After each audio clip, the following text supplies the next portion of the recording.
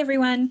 Hi. Hello, happy Monday. Yeah. Happy Monday. Thank you for joining us. We're the Hatch Homes Group, and this is our Monday market report. And we are going to jump right in with kind of some, buzz of the Portland real estate market at this time, which is our market action report that comes out every month from RMLS, which is the Regional Multiple Listing Service.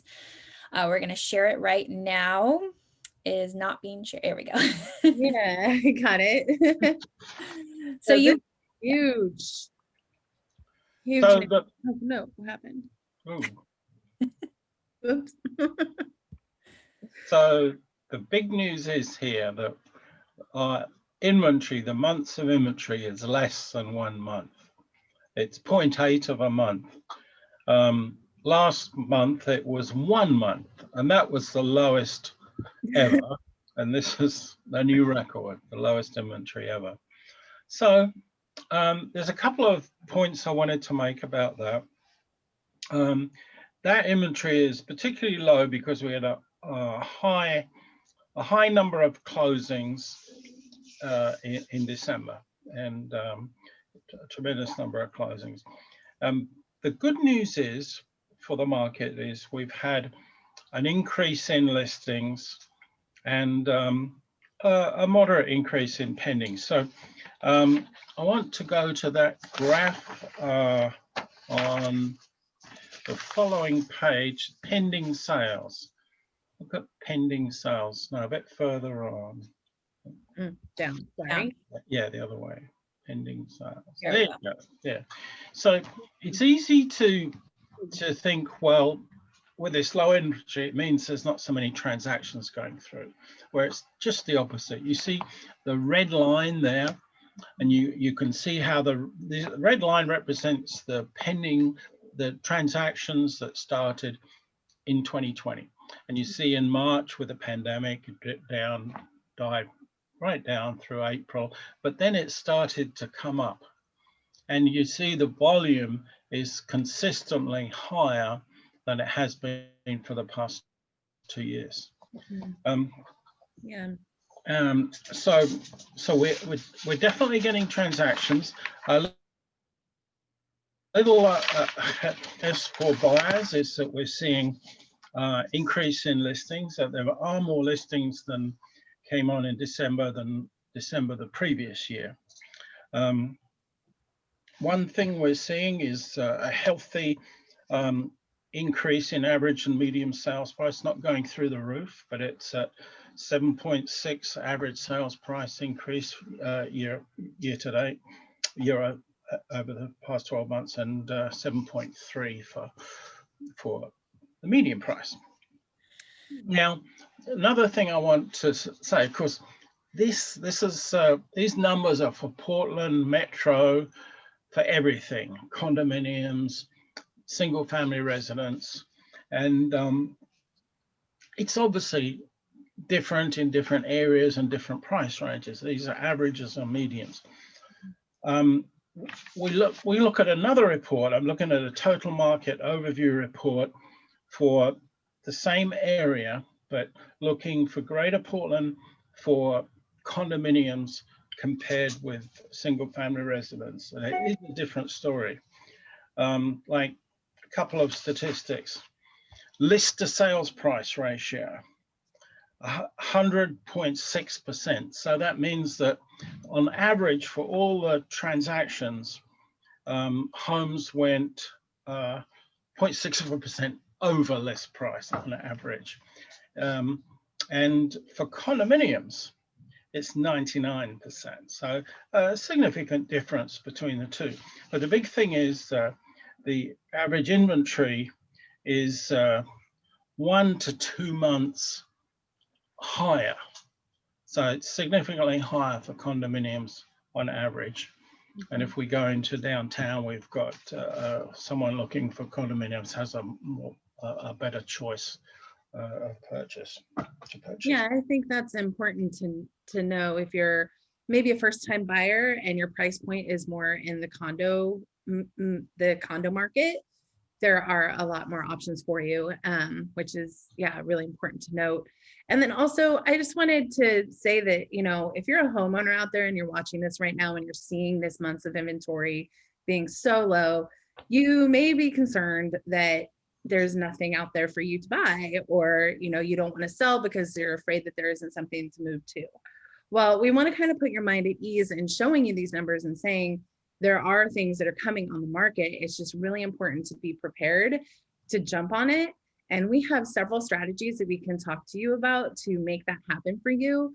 We all know that this time that we're living in has people thinking about home and what's important to them, and moving spaces. So, you know, we just want you to be prepared as possible, and please reach out to us so we can discuss where you're at in that process and how we can make it happen for you, even if you think that, you know, there might not be something, because after all, sellers, people, these homeowners out there, you guys make the market. So if you want to increase these numbers, then you have to sell your house.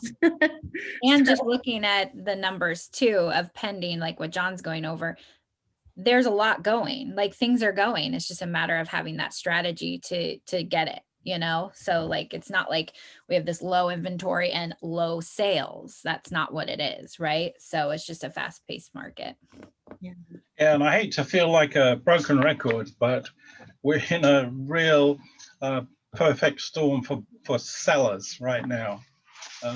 Yeah, we found this before in the years working in real estate, that we kind of tell people, hey, even if you're like, there's times where we're like, buyers, this is an amazing time, buy, like we're seeing the numbers right now. Sellers, we're seeing the numbers, and then they just take forever, and by the time they're ready, it's just not the same market. Things change really fast in real estate. So we're telling you, sellers, this is the time. This will not last. This is not going to last. Right. So just, and I think that's important for people to know too, is that this market won't last. It's always going like this, right? Up and down, up and down. So it's healthy, and we want to help you maximize that. Yeah. absolutely. So reach out. So let's switch gears and let me talk about this really exciting house that I'm in love with. If you follow us on social media, or me in particular, I had the opportunity to tour a home that is originally built in 1947 by Mr. Asbar. He was an architect in the mid 40s and 50s who designed this really cool house that's perched up on Mount Tabor, which is also one of my favorite neighborhoods. And developer for that neighborhood. what's that? He was a developer for that neighborhood. Yeah, he was a developer in the area. He had this property itself originally was on almost 3 acres, I believe. And so it's been divided, and this lot that is for sale with the house on it is almost an acre. It's 0.75 of an acre. In the city, it's pretty big. It's it's a very ordinary looking house. It's nearly as dated as me. Oh yeah. Well, I mean, that's the thing, like his original owners, it's never been on the market before. And they also never really updated anything since 1947. But those views, guys, I mean, look at this, like the whole panoramic views of semi-panoramic 180-degree views of Portland. It's a really quiet, lovely neighborhood. It has a gated driveway on this cul-de-sac. It's perched right up there. Oh. And I mean, I walked into this house and wished that those walls could talk to me. Like you can just tell the stories it had, like this dining room. God. And my God. Wallpaper screams at me. I know. The curtains are amazing. Well, we found out because Michelle and our grandfather was a builder. He's a developer in Portland back in the same era. And we found out that he knew this, this builder. And we can just, I'm looking at these wallpapered rooms and I'm just like, I can picture our grandfather and grandmother partying in this house. Yeah. Wait till we get to the basement. So like every room obviously had wallpaper and light fixtures. They ripped up the carpet to expose these beautiful hardwoods. This bathroom is it's either the coolest or ugliest bathroom you've ever seen. But let me get to the basement, because wow, all the walls, it was Polynesian theme. It's all mural. It's all hand painted in 1947. It Wow. has just this beach theme and this bar. I mean, these pictures don't even do it justice. The listing agent is not us, but they really, that basement bar was spectacular, and the whole room. And this is like a covered almost breezeway. Like this, I think, was the original front of the house, and you could walk in this way, and it had this huge room that had this in it. Wow, they took a bunch of those light fixtures down. But yeah, it has like an indoor outdoor vibe that could be so cool. I mean, it was like there was a stove over here, a rotisserie over here, and a fireplace. So weird. It was crazy. It was just so crazy. And I think we're showing this to you, but like I wanted to highlight this because it just shows that history in Portland and how there really is just so much amazing architecture that we get to experience in the city. A lot of cities are like that, but Portland is just something special about Mount Tabor. And like the potential of this house is phenomenal. I mean, almost an acre on Mount Tabor with a 5,000 square foot home is pretty remarkable. And yeah, I think that it's really unfortunate they didn't highlight the fountain in the basement as well in these listing photos. I wish I could share. I don't have my That's okay. photos of But that. that fountain was amazing. And our grandfather had a room in his house called the lanai room. Yeah. And that reminds me a lot of, he Yeah. probably was inspired by this house, I swear. It was gorgeous. What was the list price, Michelle? It was listed at 1.2 million. And while that might seem crazy to some people, when you're thinking of the location of that house, the square footage of the house, and the size of that lot, with those views, I mean, those views are $1 million. So I think that really shows you like where that market is for Mount Tabor. And mid-century. And mid-century glory. Yeah. Like my head was spinning. I was just like, the potential of that house just floored me. And then when I found out that our grandfather knew the architect, I was like, of course, my grandfather probably was in that house at some point, in that basement, having martinis. So I recently started following this couple that bought a house similar, not like, well, it was actually 70s, like, I mean, purple shag carpet, like amazing 70s. They bought it and they dressed up as a 70s couple and did a photo shoot in the house, but to document it before they rehabbed it. And I hope whoever buys this house does the same exact thing and that we can see their transformation, because I'm sure it'll be amazing. I feel like I'm going to go knock on the door in a month and be like, hey, can I follow you somewhere so I can see the progression of this house? I'm just obsessed. They have a gate, so you got to get past the gate, Michelle. Yeah. I have ways. Well, anyways, I hope that you all thought that was as fun as we did. Yeah.